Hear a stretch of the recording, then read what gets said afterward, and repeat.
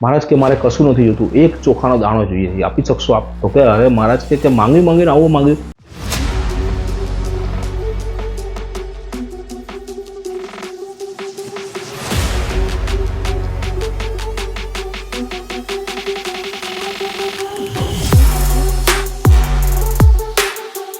जय स्वामीनारायण। रविवार આવી ગયો, રવિભાઈ આવી ગયા। રવિભાઈની યુટ્યુબ ચેનલ પર આપ સૌનું હાર્દિક સ્વાગત છે। મારો વિડીયો આપ અચૂક નિહાળતા હો છો, પરંતુ ચેનલને સબસ્ક્રાઇબ કરવાની બાકી રહી જાય તો ચેનલને સબસ્ક્રાઇબ કરી દેજો, બેલ આઇકોનને દબાવી દેજો, જેથી સૌથી પહેલા નોટિફિકેશન આપને જ મળે।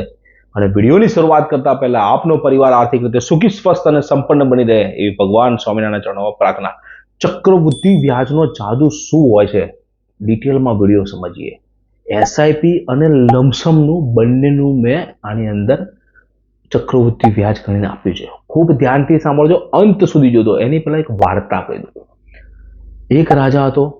એ રાજા શતરંજનો શોખીન હતો। જમીન ઉપર શતરંજના મોટા મોટા બોક્સ વાળીને આખી શતરંજ બનાવી હતી એને, અને એ શતરંજ રમતો હતો।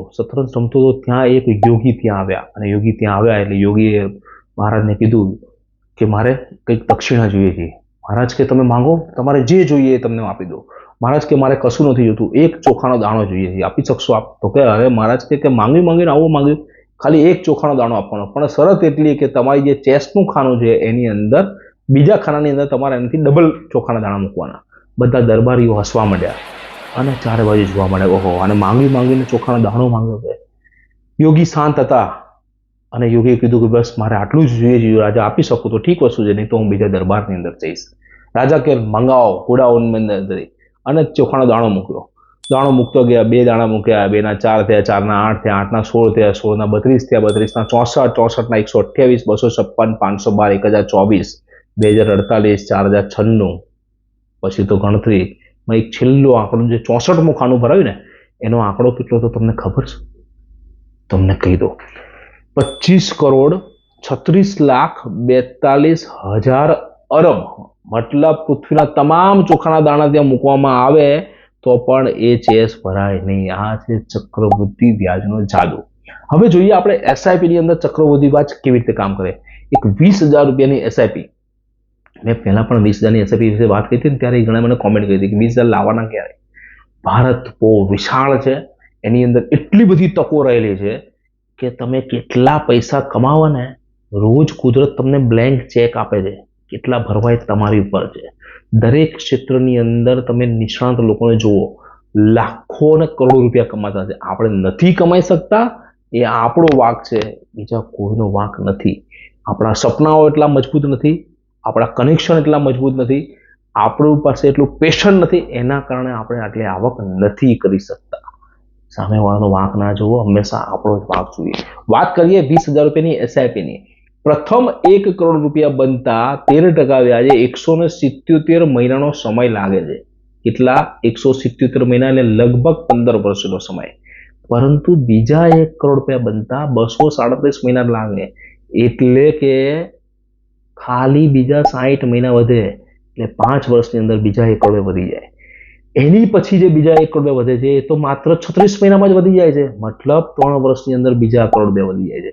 એની પછી જે 1 કરોડ વધે છે એ તો માત્ર 27 મહિનામાં એટલે 2.5 વર્ષમાં જ વધી જાય છે। એની પછી જે 1 કરોડ વધ્યા એ તો માત્ર 21 મહિનાની અંદર જ વધી જાય છે।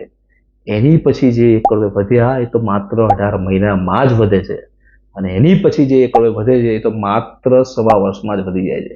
પરંતુ ત્યાં સુધી 354 મહિનાનો સમયગાળો હોય છે। આપણે એટલી રાહ જોવી નથી, એટલે આપણા કોઈથી થતા નથી, પણ એક વખત કરી તો જુઓ। खाली 20,000 ની એસઆઈપી 30 વર્ષ ચાલુ રાખો, ખાલી 20,000 ની એસઆઈપી, તો બી તમે કરોડોમાં આવી ગયા છો। તારે આવી જ વસ્તુ લમસમની વાત કરીએ આપણે।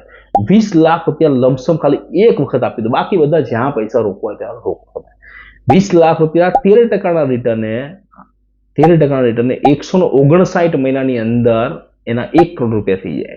બીજા 68 મહિનાની અંદર બીજા 1 કરોડ રૂપિયા થઈ જાય। બીજા 39 મહિનામાં બીજા 1 કરોડ રૂપિયા થઈ જાય। બીજા 28 મહિનામાં બીજા 1 કરોડ રૂપિયા, બીજા 22 મહિનામાં બીજા 1 કરોડ રૂપિયા, બીજા 18 મહિનામાં બીજા 1 કરોડ રૂપિયા, અને બીજા 15 મહિનામાં બીજા 1 કરોડ રૂપિયા।